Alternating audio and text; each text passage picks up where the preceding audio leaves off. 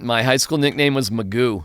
Because of McKee, last name McKee, the glasses. It's an old cartoon. I get. Do you know Mr. Magoo? Yeah, really? For sure. That's why. So in high school, I was Magoo. In college, I was Magoo. That kind of turned into Goo.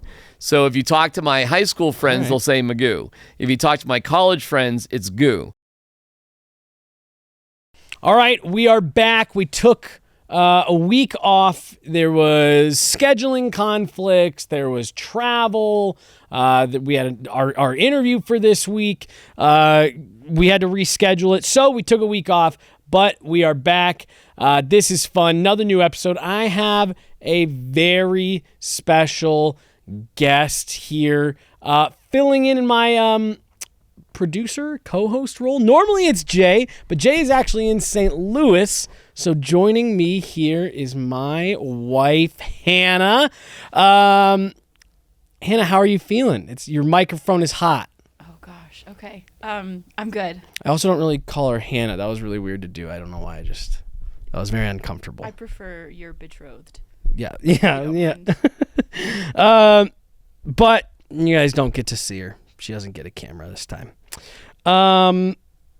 Okay, just got back from Canadian road trip. Was in 3 different cities, and gosh, this is the second, maybe even third time this year. The weather has been terrible here in Colorado, and I've avoided it by being in Canada, which doesn't really make any sense, but we were in Calgary, Vancouver, and Edmonton, and it was very nice weather, all 3 places, while it was crazy snow tearing down tree limbs in my backyard here.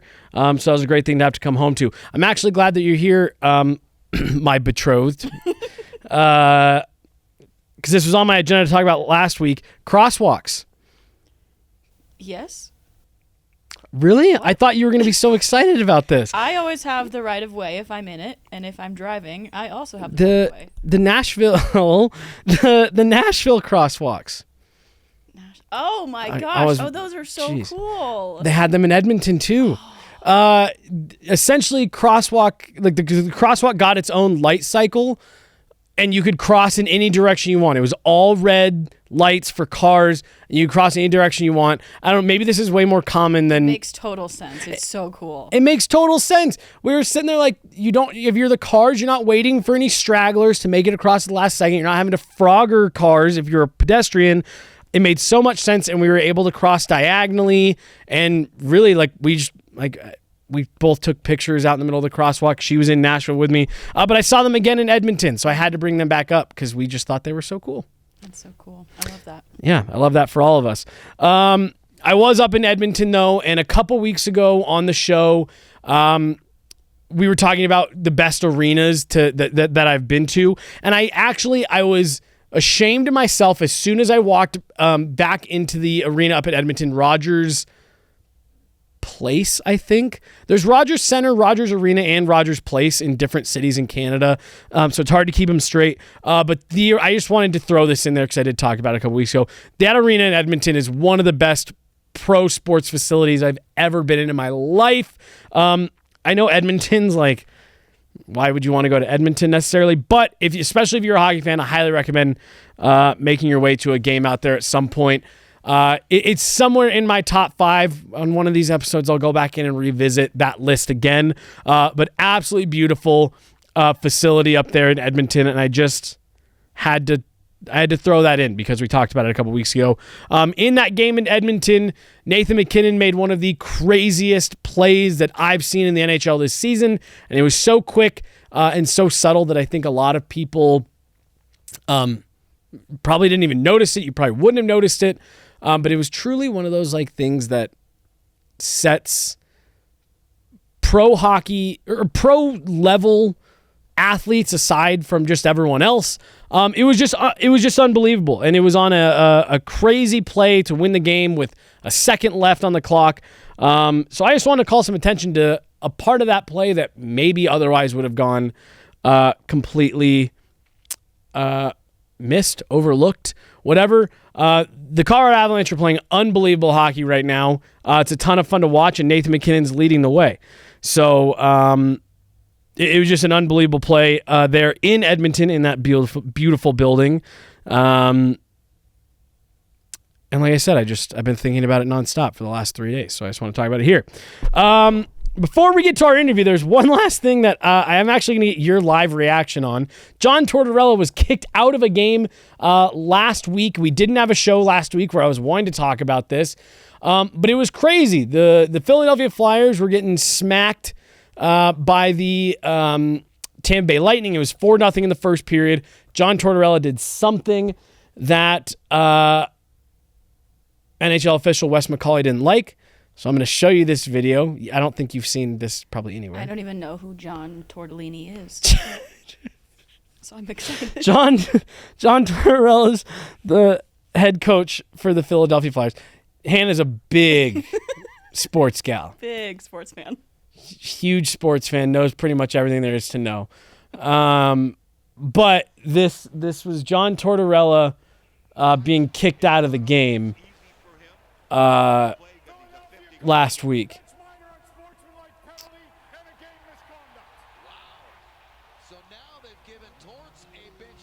So he didn't agree with being kicked out. Didn't think he deserved to go. And it still hasn't been said what it was that he said to the ref that got him kicked out. I've talked to people who do know. And they have said that they don't think he should have been kicked out. Honestly, what happened to his thumb? He had surgery on it. Okay. I do love that that's where you went. I thought you'd be freaking out over this, to be honest. I wish I could hear what he's saying. I need to know. I mean, you can... Did he just say fuck off? Yeah, okay. I was going to say, I mean, I think you can kind of... I'm staying right fucking here. Yeah, and so it was also on 2004 Stanley Cup night for the Tampa Bay Lightning that John Tortorella happened to coach that team. So that sweet thing to show where all of his former players laughing their asses off, and he's telling the ref, "You go." I'm not going. Here then. So did they just let him stay? So that seems kind of crazy. Well, and so that was kind of. So he got in one last "that's fucking bullshit" before he left. That was kind of what everyone was saying. Was like, well, what do you do? Like, yeah. Had he not left, they suspended him 2 games for that. Wow. Okay. Oh well. I appreciate that he enunciates his words so well, so we could all understand. So we could all read it. Later, I'll show you that video that's next to it. Someone did a great lip read on it, and it was really good. But I thought, being the huge sports fan that you are, you'd enjoy John Tortorella. I absolutely love that. Thank you so much for enlightening me. Yeah. My guest this week. You've been hearing his voice in Denver for years, for decades even, and he recently had a change in where he is at. Like I said, for the first time in years and years and years, my good friend, I got to know DMac on the Avs Cup run a couple years ago. I don't know if it was alphabetical or what it was, but I sat next to DMac for every game on that run. My very good friend, Darren McKee of Altitude Sports Radio here in Denver. My guest this week, DMac.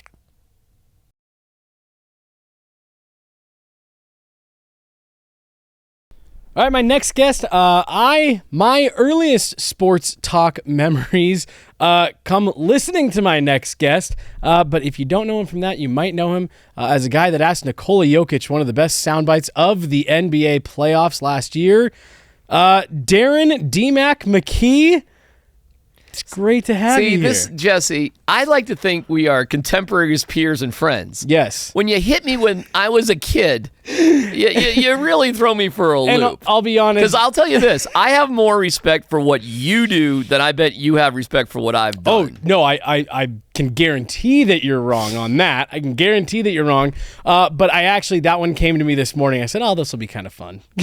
Well, I just think, first of all, thank you. That's awful nice. And you sent me a text from Edmonton, and I really do feel we shared that experience together. I thought we were thick as thieves. I learned so much from you, and the time that we spent on the road at games, and we said at that St. Louis series, I got a feeling. I swear to God that actually happened. Yes. Before Helm put the goal away, I was like, I got a feeling. I got a feeling. There's still time. There's a chance. There's a chance is what you said. Yeah. Something like that. There's a chance, Then we go to Edmonton together, which was the zombies of Edmonton. The fentanyl zombie Edmonton zombies. They were out. Whoa, these they're last back couple there? days. Yeah, because the sun's up later. So I saw them kind of wandering around, came out of the game, and I meant to text you, but it was a crazy scramble after the game. But the zombies were out. Yeah, I felt a little jealous seeing you up there in Edmonton without me. But we had a wonderful. Where did you stay in Edmonton? I stayed at the Delta, but it was right. It was actually right in between the two hotels that you and I stayed at. Okay. Yeah, it was right in between those. Yeah. But it's great to be here.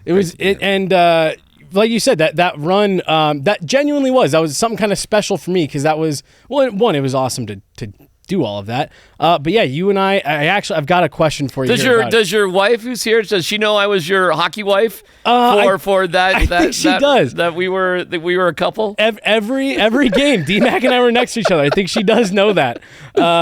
She was getting a little bit jealous there near the end. Yeah, and he's good cuddling. Yeah, I am. Yeah, which both things. It's public knowledge. It's on my Wikipedia at this point. DMac, I do have to start every interview with the same question. Okay. Toilet paper, over or under? I am over. We are 3 for 3, 4 for 4 on our guests here. Actually, getting that one correct. Under's kind of weird. I mean, it wouldn't kill me, but if I have my druthers, it's over. Yes, it's over. Yep. Good answer. When has DMac always been? Does that like go back to high school? No, that seems like such an easy. No, my high school nickname was Magoo.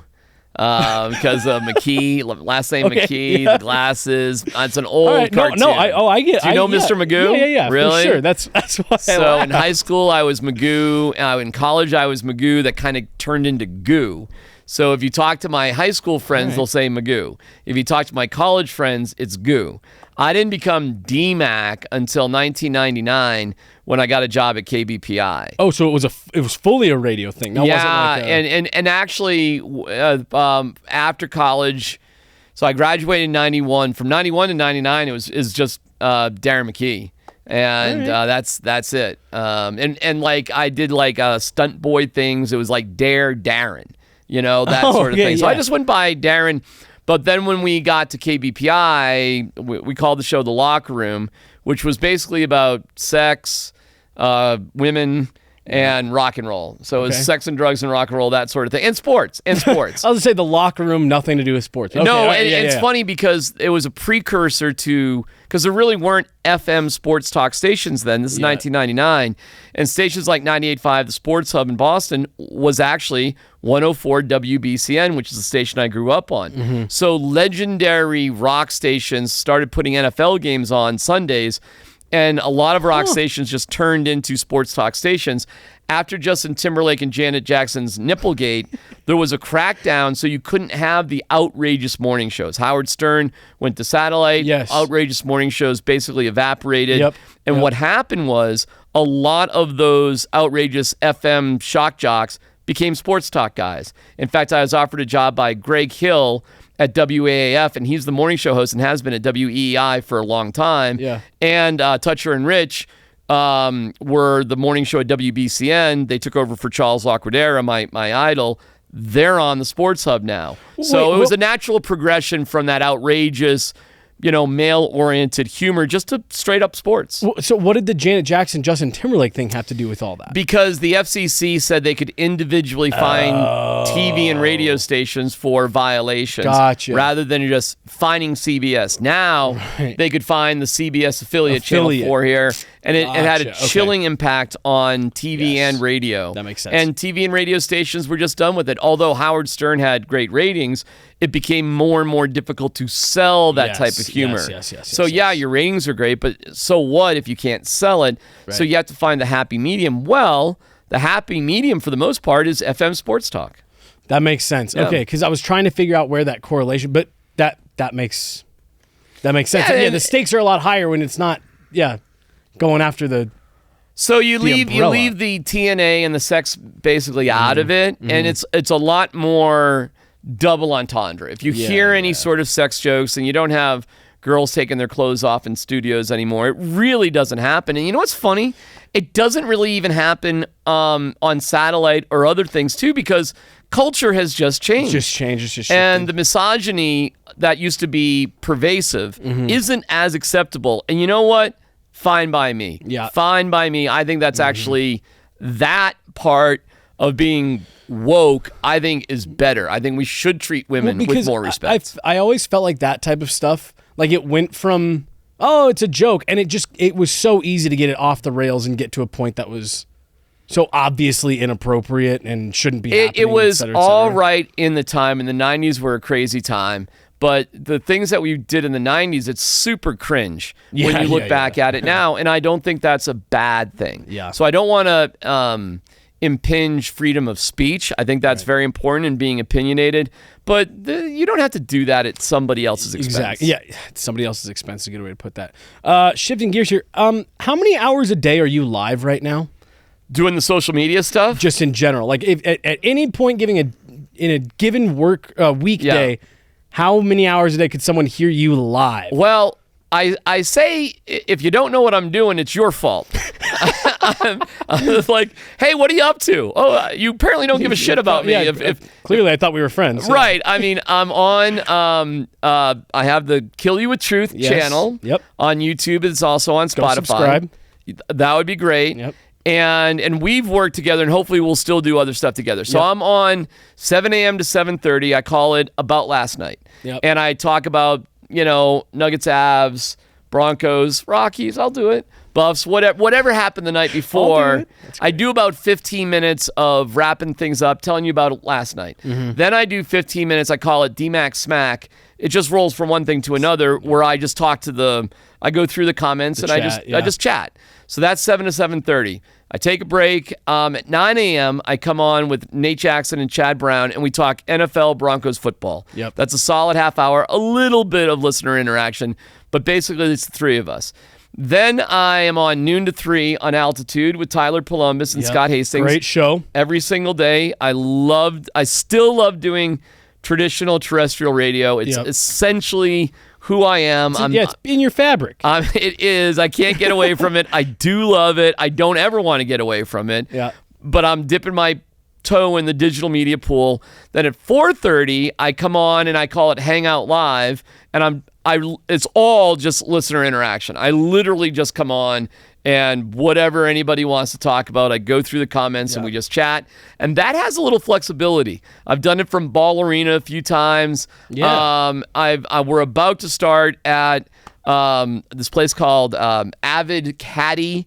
That's going to be fun here in the future. And it has the ability to go on remote all the time. We could have done it from Edmonton or wherever. And then I have a show called 5 to Go for Avs and Nuggets games. This is a great concept. So I was doing live watch-alongs for the whole Avs and Nuggets games, and it was just too exhausting. Yeah. So I figured, well, and I want to spend time with my wife. And I realized my wife is a bigger Avs fan than anybody on earth, including me, and she can be heard hollering while I'm doing the 5 to go. So it's a good thing. Like, I can watch the game with my wife. She doesn't really care about basketball, but it's just for road games right now. And I want to do 5 to go for home games, but I got to find somebody else to do it because I'm at the home games. Right. But the concept is I come on with 5 to go, I watch and react live, And then because I have a great partnership with KSE and Altitude, they said, hey, it's okay if you want to show some of the post-game stuff. Nice. Where I hear Jesse all the time. So Jesse's on the post-game shows, and it's just me holding the cell phone up to the camera. It's as like that. And I do that when appropriate, but in the digital media world, if something happens, and I'm frankly anywhere, I can go live. I can go live from basic anywhere in the world at any time. So this past week, all weekend, because I don't know when this is airing, but a recent weekend, Justin Fields got traded to. Yeah, your boy. I've been thinking about you all week. I know. I got to get my Justin Fields Pittsburgh jersey. So I went live on the drop of a hat. I had more people, 1,600 people. For me, that's a lot. Watching live on a Saturday afternoon with that news. With the breaking news. And I was like, well, it's Saturday. Like, I'm not on the air till noon on Monday. I don't have anything scheduled. I didn't promote it at all. I just said, forget it. Because when you go live on some social media platforms, if you're subscribed, you get notifications that this is going on. And I just went as long as people wanted to talk until I got kind of tired. And when I signed off, we had the most viewers we had, but I was in like an hour 20 into it. And in a situation like that where you're kind of going live impromptu and you're seeing the viewer tick count up, that at least for me, it kind of is like it's almost like energizing. Like, totally. Okay, well, damn, I wasn't wanting to do this, but now let's go. Yeah, and listen, you got to be relentless in my career. And what I feel like this medium right now works well for people who are relentless, because you have to earn the trust of your viewers, your listeners. And so you got to be there. And I think you do got to earn it. And it's easy to say, and I've had start a podcast, like it's magic. Like I start a podcast and I'm a millionaire. No, that's not true. You've got to be relentless about it. I've had people with me on the journey. They leave. They may come back. They come here. They come there. I mean, who knows? And so I want to keep an open mind. I don't want to burn any bridges.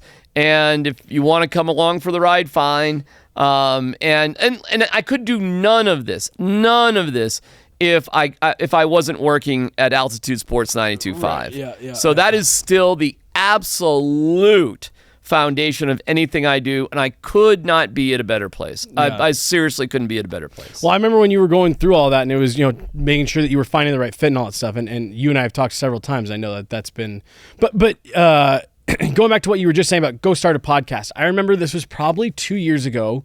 I was actually there with another media member that I won't bring him up right now, but we were at kind of like a little dinner party, and he and I were just kind of talking. Everyone has frustrations at work, and this is tough, and dealing with this. And there was someone there who again knew nothing about the industry, and they're like, "Well, why are you guys complaining? Just go start your own network. Why wouldn't you just go start your own? Just do." And it's like, do you really think that? Oh my God, I never thought about that. Yes, I'll just start my own network from the ground up. I think the most common conversation behind the scenes in the Denver sports media landscape is that. Yeah. And go for it. I mean, so much more easier said than done, but not impossible to do. Not impossible. But it has been floated by so many people. So what you guys are doing at Guerilla is so inspiring. I like to hope what I'm doing is encouraging, inspiring. It's amazing. Yeah. I think the folks at DNVR have been terrific. 100%. I think the folks at Altitude have been supportive of it. And listen, if they're not, that would hurt. And there's other outlets, including my former employer, where that's just not the case. So I actually have no complaints about work whatsoever. Yeah. And all that is out there is, can you work hard? Is it something you're passionate about? And if you check those two boxes, I don't care how old you are. You could be young. You could be old. It doesn't matter. What matters is, can you connect with the audience and give them information, opinions that matter? And that's what I love about this space. So I'm as happy and as energized working And I've lost some weight, which is great. Yeah, and you look fantastic. Don't downplay it. You've lost some weight. You lost a ton of weight. I'm close to 40 pounds down, close. And I'll start doing more serious triathlon training. That's what I'm really trying to lose the weight for, yeah. So I did duathlon about 3 weeks ago. Run 2.5, bike 11 or so, run another 2.5. I came in second to last in my age division. Trust me. But you finished. That's 90% of the battle. Jesse, if it's just about finishing, just push me in front of a bus. I got to do a little better than just finishing. All right, okay. Come on, Jess. I got to be a little competitive here. But that's not everyone can do that though. Not everyone could complete that. Right. Here's what's crazy about Colorado. Once you get to these more boutique trail running specialty sports, it's not 40,000 people. It's like 100 people. Yeah. And you look around, you're like, shit, it's Colorado. These are all freaks. Yeah, they're all in fantastic shape. Yeah. So you see these 65-year-old people that are just like, it's Colorado. Yeah, you're like, I trained for the last 3 months to do this. You've been training your entire life to do this. Yeah. It's like that. So, all right, I'm going to jump around a little bit here because of something you just said. I remember on that trip in Edmonton, you and I talked about, you were telling me, Jesse, every day that I show up to the rink, to the field, to the stadium, I'm looking for the story of the day. Yes. What is today's story? How much does that tie into what you were just talking about connecting with the audience? And how much is finding the story of the day a part of where you are? It's everything to me. And it's also an acceptance that you don't have to be the smartest guy in the room about the topic. And that was something Tony Kornheiser said years and years ago. It's the audience isn't, well, they're not expecting me to be like, the smartest guy, but I do think they're expecting me to understand what the biggest story is to relate that to them. And you do both because you're an unbelievable expert in hockey, period. Well, you know so much more than I do. It's ridiculous, but you have a good grip on the story. You can do both, which is amazing to be friends with you, especially about hockey. That's why I learned so much. So if you're asking me today, but I'm proud, at least in Denver sports, I can tell you the biggest story about all of our teams at the drop of a hat. So if you want to quiz me on that, I'm as we're doing this right now, I can certainly tell you. Well, I've got a few rapid fire for you later, so maybe we'll throw that in. All right. What's your favorite sport, and what's your favorite sport in the context of this job? Well, at the end of the day, it's not about my personal taste. Yes. You've got to learn that. But what is your personal taste? I'm so lost in that right now, Jesse. My personal tastes have been following my son, who's been a college baseball player.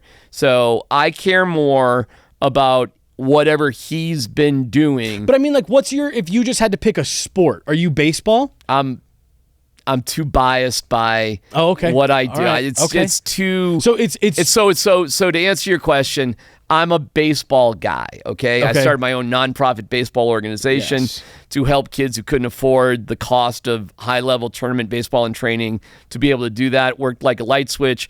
I had to shut it down after a few years because parents who were working for free got in the way, unfortunately. Yep. If I were to do it again, I would pay the coaches. I wouldn't have volunteer coaches, and I'd probably be fine. Hard reality that parents that volunteer can be great and they can be the end of your organization. So I'm not going to say it's the end of my organization, but we had to put it on pause. To kind of flush that out, and hopefully I can bring it back.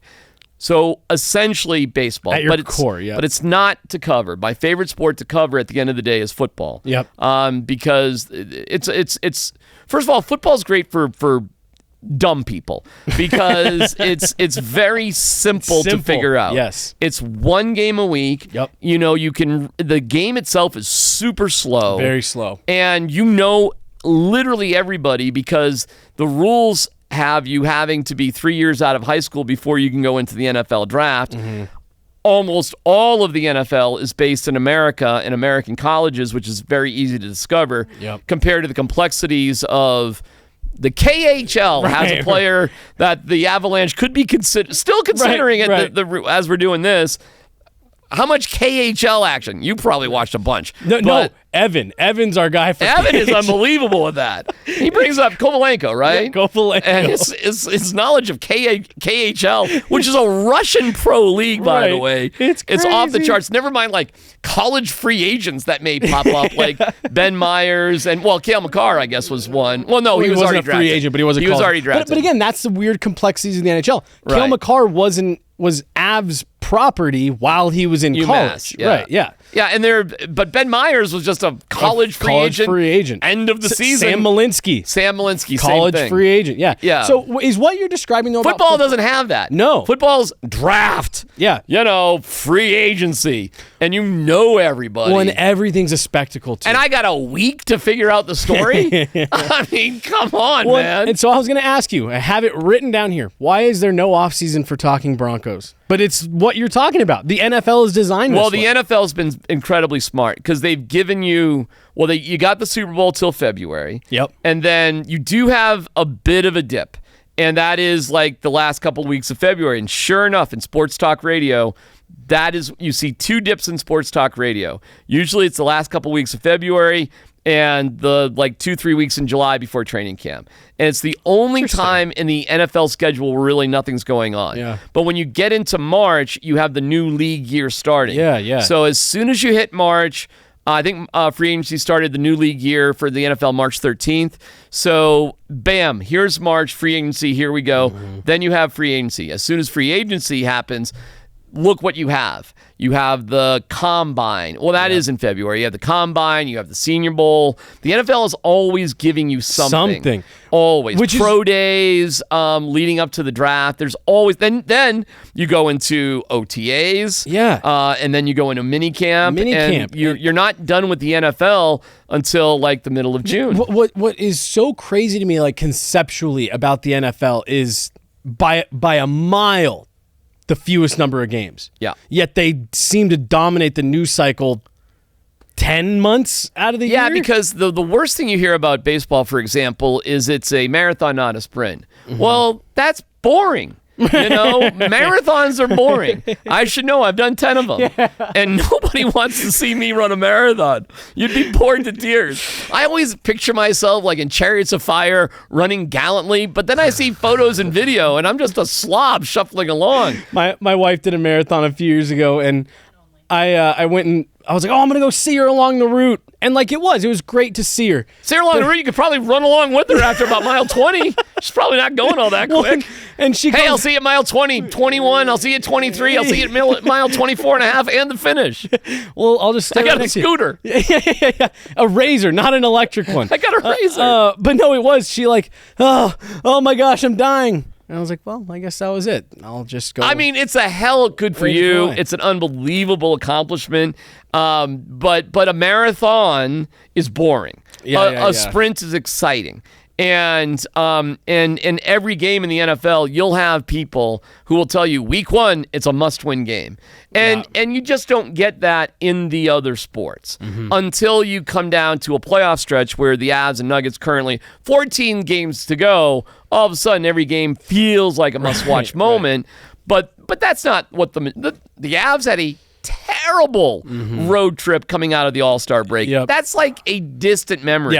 Yeah. But if your football team loses 3 games in a row, it's like the end of the world. Well, I mean, the Broncos lost their first 2 games of the season this past year, and I remember, and again, it's funny contextually that they go 0-2, and everyone was like, those were winnable games, their season might be done. At 0-2, it's tough. 0-4, your season's over, and we've had seasons like that, and that sucks, man. When it's October 10th, and you're 0-4, it's like, well, what are we doing here? Right. And you don't get that, which is maybe a good thing with hockey and basketball and baseball. You get time to pull yourself out of it. Right. But baseball is the most ridiculous thing. Oh, it's a marathon, not a sprint. Oh, it doesn't matter, blah, blah, blah.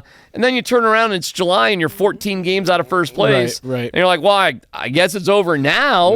And actually it is. And you just never sensed any excitement. So baseball is tricky. When baseball's hot, when your team is in it, it's really, really exciting. Well, and what you're saying now is so interesting because it feels like the other sports are a marathon, but when you actually dive into the numbers and where you have to be by certain checkpoints, I mean, there is hard data that says that if you are not in a playoff spot at Thanksgiving in the NHL, your odds of making it are tiny. Is that right? And I mean, the season starts in October. You're talking about a month later. And so maybe these are more of a sprint than people give them credit for. Well, maybe, and that's probably why basketball went to that play-in format. And maybe the NHL should look at something like that too. They'd probably be smart to do it.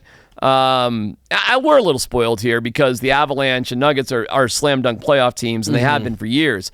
But there was a time, there was like a 5-year period. They were both bad. Where they were both out. Like for 5 straight years, neither the Nuggets or Avs made the playoffs. And in that same time, the Broncos were, Peyton Manning. Right, winning Super Bowls, all that. And it's like, whoa. I mean, that's when hockey and basketball took a serious backseat. But they were building. They got Jokic. They got McKinnon. They had Gabe. I mean, there were foundational building blocks. Yep. And they were doing things the right way. Yes. They were sticking. Bednar survived a god-awful season. That was a tough season to cover. Well, a 46-point dude. I mean, it's brutal.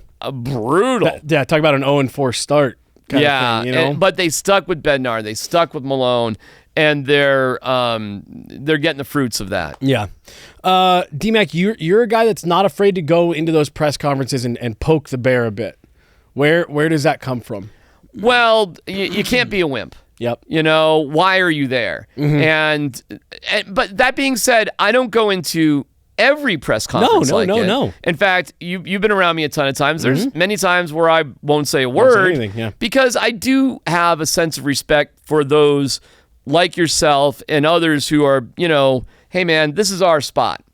Now, we get to the playoffs, up yours. It goes away. And you also, it's one of those things where, and you have earned this right, not only with your time here in Denver, but just your time in the industry. But like, it's also one of those things where you will step aside. But on a night where you have, if I got something, I got something. Yeah, you got something, and like I said, you'll jump in, and to me, I think you've earned that right to say, no, I got 2 or 3 in a row here, and you're also good at asking questions. There's a lot of people that, and I even find myself like this time. It's like, well, I don't want to step on someone's toes.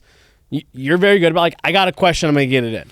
I think you can do a couple things that help people ask a good question. In my opinion, is be as direct and as concise as you possibly can be. You don't have to explain what happened in the game to the coach. He was I'm there. Bad about that. He saw it. I'm bad about it. So just get to it. Yeah. He saw exactly what you're talking about. And athletes and coaches who pretend that they don't know what you're talking about are being jerks. Right. And so you got to be sort of ready for that moment, but you don't have to justify your question. You're there. You saw the game. We're all collectively understanding that. We all watched the game together. We all saw him do that. Yeah. We all saw him do that. Nate's goal, what'd you think? I mean, that sometimes is all you got to say when it's a remarkable goal. And if it goes, which goal? And I'm like, I'll never forget, I was on a conference call with the New York Giants football head coach, and there were Eli Manning was their quarterback. And I go, how's Eli doing? Something like that. And he goes, which Eli? That's what the coach said. I'm like, because there was a cornerback called Eli Apple on the team. And so I go, Eli Apple, you dick. I didn't say you dick, but I mean, like, you know what I'm talking about. Right. But most coaches and players understand what you're talking about unless they want to be jerks. The other thing, I call it a presumptive question, meaning I'm going to make a leap that I'm going to assume you think something already based on something that went on the game. For example, when Ryan Johansson was playing on the 4th line right before he was traded, you can pretty much figure out this is not good news from Ryan Johansson. Yeah. So you don't have to say, hey, you had Ryan Johansson on the 4th line. You could just jump to, how are you going to fix Ryan Johansson's struggles? Yeah. You're presuming that he's going to concede that he's struggling. Correct. Yeah. And you're presuming that because you can see things with your own eyes. That makes sense. So with Jokic, to your question, it was a presumptive question based on the fact that I knew when the parade was Thursday. They won the championship on Monday, and I presume Jokic would have no fucking clue when the parade was. When it was, or that he would even want to be there. Correct. And it was actually a two-part question, because to just jump there is a little tricky. I had asked Jokic about how he felt after sweeping the Lakers, and he said it wasn't the same feeling I thought it was going to be. Yes. It wasn't as joyous. So my first question was, I did explain a little bit. I said, you said you didn't have that same feeling against the Lakers. How do you feel now? And are you looking forward to the parade on Thursday? Now, I only wanted to ask about the parade. I only wanted to get to that, but I felt like I needed to set it up a little bit. And sure enough, he goes, when's the parade? Yeah. But we all knew when the parade was, and that's when I said Thursday, and it's, I need to go home.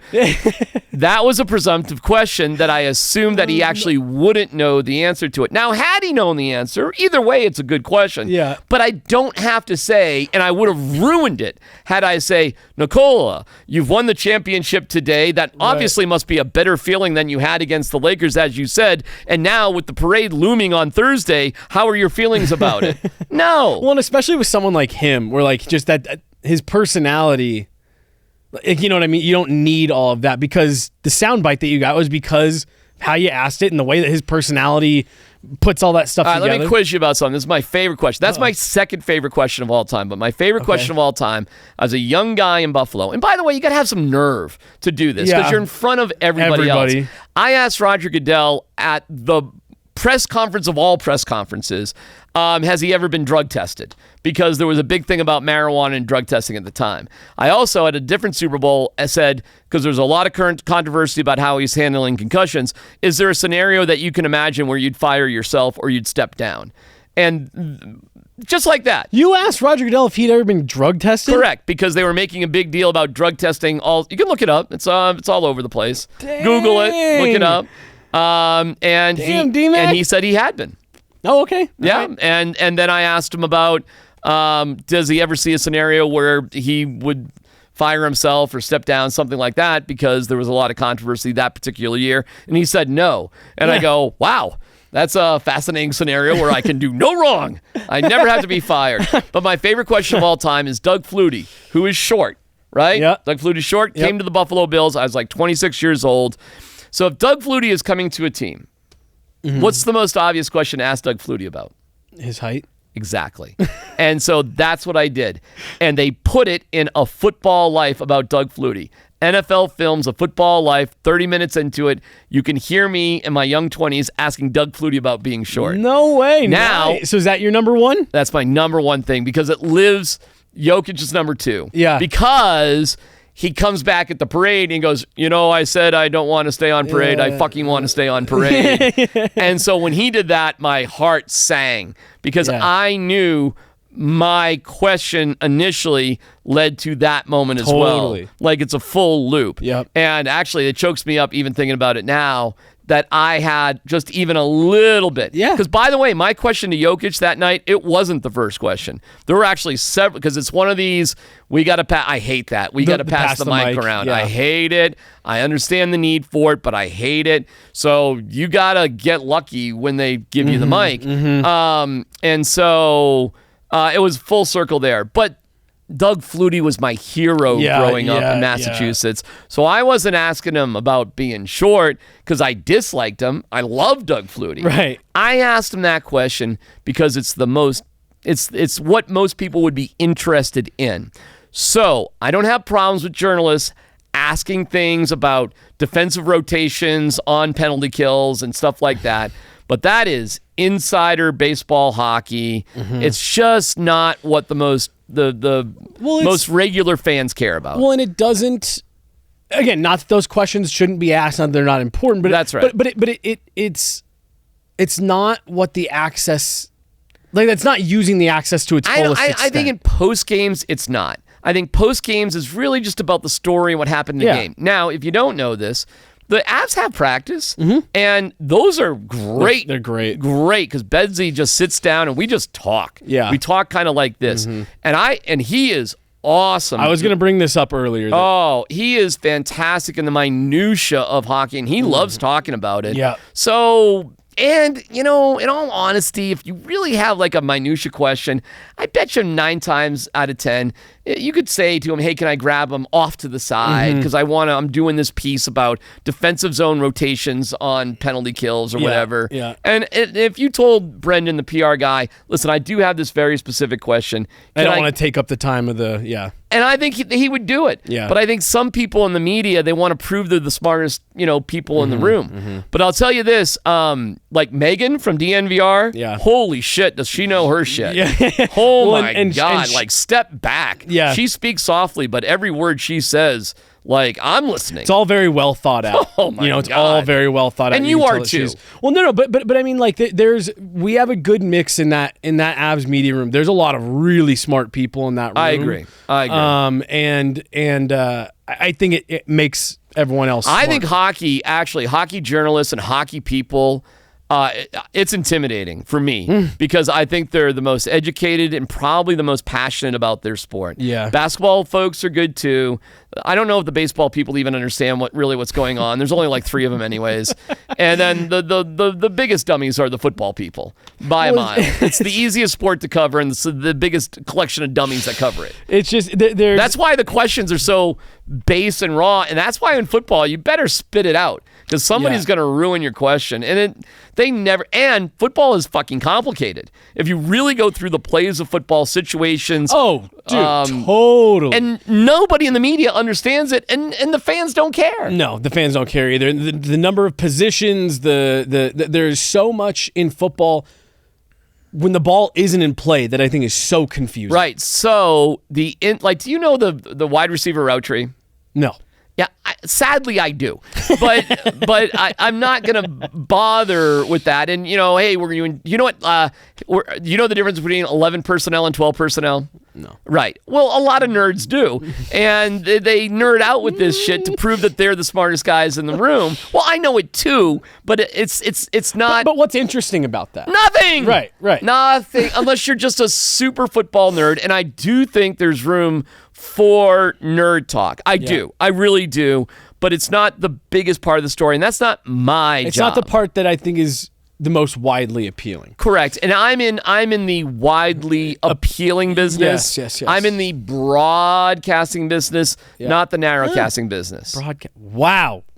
Damn, that might be the name of the episode right there. I got a couple more for you. We're getting tight on time, so I got a few more for you. Okay. I'll save that one. When you see people out in public that know who you are, how often do they just come up to you and start giving you their opinion on something they heard you talking about? It's a lot. But in my family we call them hey DMacs. Yeah. And I love them. Yeah. If it was happening too much, but I'm 5'7" and kind of nondescript and whatever. So it does happen all the time, but it doesn't happen too much. Yeah. Do you get people that recognize your voice? Like I heard you say something. That happens. That's really super weird when that happens, but it does happen because your voice is your voice. Yeah. You don't think of it. But if you've been listening for off and on for 25 years, maybe it's in your head a little bit. Not to me, but that I do remember happen. the first time talking with you in person. It was weird. to be having a face-to-face conversation. We call them hey DMacs. It happens a little bit every day. I love it. Yeah. There are times where if I'm walking around Ball Arena, I just kind of keep my head low and whatever. Yeah. But yesterday I'm at the gym, which is, again, nobody wants to see me work out. And, you get on the stair stepper or whatever, old man device I get on. And I'm like, and I get a hey DMac from the guy right next to me. And I'm like, oh my God, this is, or you get a hey DMac at the urinal. That's a little, that's a tough that's one odd. too. But in general, it's really not about talking about sports. Here's what's great. Usually it's about just connecting. Yeah. Which has been amazing. It's usually, hey, DMac, I've listened to you since blah, blah, blah, blah, blah. And I get dads. I got a dad and a daughter. Nice. So the dad had turned the daughter on to it, and she was 23. And so he had been listening to me for 20 plus years. Yeah. He got married, had a daughter. The daughter grew up. She listened to me. Nice. And now it's a father-daughter sort of thing. And she's the one that was excited to meet me. That's but he awesome. So that is an awesome moment. And again, to go full circle with this interview, when you really make me feel old. I know. Well, I was going to say both of those things. We had a 4 p.m. hockey practice in high school, and my dad would leave work early to drive me to it. And we'd always listen to DMac in the car. All right, I don't like this story. All right, I just got a few rapid fire for you here. Okay, let's go. Best arena or stadium that you've been to? What sport? Doesn't matter. Give me a sport. Let's say, actually, my next one's football. Let's do hockey/basketball. Best arena I've ever been for hockey.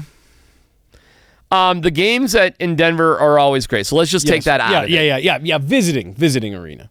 Edmonton was unbelievable. Unbelievable. The facility itself is incredible. It was a surreal experience for hockey. Yeah. Basketball was the Boston Garden in the 80s with Larry Bird and Robert Parrish and Kevin McHale and Dennis Johnson. I was at a Lakers, Celtics, Bulls with Michael Jordan, Boston Garden in the 80s, the original Boston Garden, best that I've ever been at for basketball. I've seen Syracuse compete at Madison Square Garden in the MSG's Big East tournament when the Big East actually was a big deal. That was unbelievable too. So that's hockey and basketball. And I've seen a Leafs game up in Toronto, which was cool too. I think hockey in Canada is it's different. There's a different energy. Yeah. Best city for a Super Bowl. New Orleans, by far, by a mile. Okay. I wish they would have it in the French Quarter. It's got everything. Depravity, great food, gambling, and the proximity of everything is so close to the French Quarter. New Orleans, I'd be there every year. Best event to cover. Is it the Super Bowl? No. It is championship games in your own hometown. Ooh. Wow. And great one. God, do I wish the Avalanche had won in Game 5 in Denver. Yeah. It was right there. I knew they were going to win in Tampa. I was there for Game 7 in 2001 when they beat the Devils. I was there for it. And last summer, the Nuggets winning at Ball Arena, because Jesse, there were no rules after the game. Right. We are there an hour and a half after the game. It is just like, I guess go anywhere. Right. And the players and their families and the trophies and the drinking and the everything spilt. You want to go in the locker room? Go in the locker room. Go out of. They were tight on that for a little bit. Right. And then it was just like, I didn't know when to leave. So I just started leaving when like Christian Brown walked out without his shirt on with his 3 college buddies, and I had already seen video of Aaron Gordon walking. I had already seen him walking downtown Denver while I was still in Ball Arena. I said, well, I guess it's time to leave now. Being behind the scenes media-wise, and I know fans don't get that, but the fly-on-the-wall aspect of once your team that you're covering wins a championship. I've been in the locker room when the Broncos won in 2015. I've been in the locker room area with the Avalanche in Tampa, and at 3:30 in the morning at the bar there in Tampa. And I've been at Ball Arena. I've had champagne poured on me in the Rockies clubhouse just making the playoffs. Yeah. Jesse, I don't think there's anything that matches the joy and exuberance of seeing a team that you cover win a championship or be in those moments. Great answer. That's a great answer. My last quick answer question. What is you said it earlier. What's the biggest story with the Rockies right now? The Rockies is about a youth movement and to see how they're going to develop. And you don't have to, as we saw the World Series last year, you don't have to win 100 games to win a World Series. You do have to make the wild card play-in sort of game. And in order to do that, you've got to win about 88 to 90 games a year. So you don't even have to finish that high above 500. So forget about winning the NL West. That'll never happen based on the arms race that is the Padres and the Dodgers more specifically. Yeah, but if you can get in as a wild card, you can win a championship if you have the right pitching. The young guys, Tovar, Nolan Jones, some of these other dudes, there's Zach Veen, who's a young guy coming up. They're really, really exciting, but it's the same broken record with the Rockies in terms of pitching. And can you get homegrown pitching that matters? We'll see. But I do love baseball. I love watching games at Coors Field, so I am not a apathy guy, nor am I a protest guy. I'm a realist under the situation, and I hope the best for the team. I am extremely impressed. I did not think you would be able to come up with a Rockies story of the day off the top of your head. Another one is too, can Bud Black, can you get a little bit more out of the team? Yeah. And Bud should not get to escape with the team sucks, so it doesn't matter what they do. Yeah, no you blame came on in you. last place. You lost 100 games. And I do love Bud, and everybody loves Bud, but he shouldn't keep his job just because he's a nice guy. Okay, so you can probably get. I think part of the story this year is how accepting will you be of another 100-loss season in terms of the manager, or is it time to turn the page? My last question for you: I can't get through a DMac interview without asking who should be the Broncos quarterback this year. Bo Nix. Bo Nix. You think will he be there? Yep. When they're picking. I could go on. You asked me a question that I could spend 3 hours on. I know, and that was why I did and I it. gotta go. But it's Bo Nix, and yes. All right. DMac, I can't thank you enough, man. I love chatting with you, and it's an honor to have you down here, and thank you so much. You're the best, Jess. You're the best. I appreciate it. We'll do this again. Let's cuddle. Yeah, again. Yeah. My boy DMac.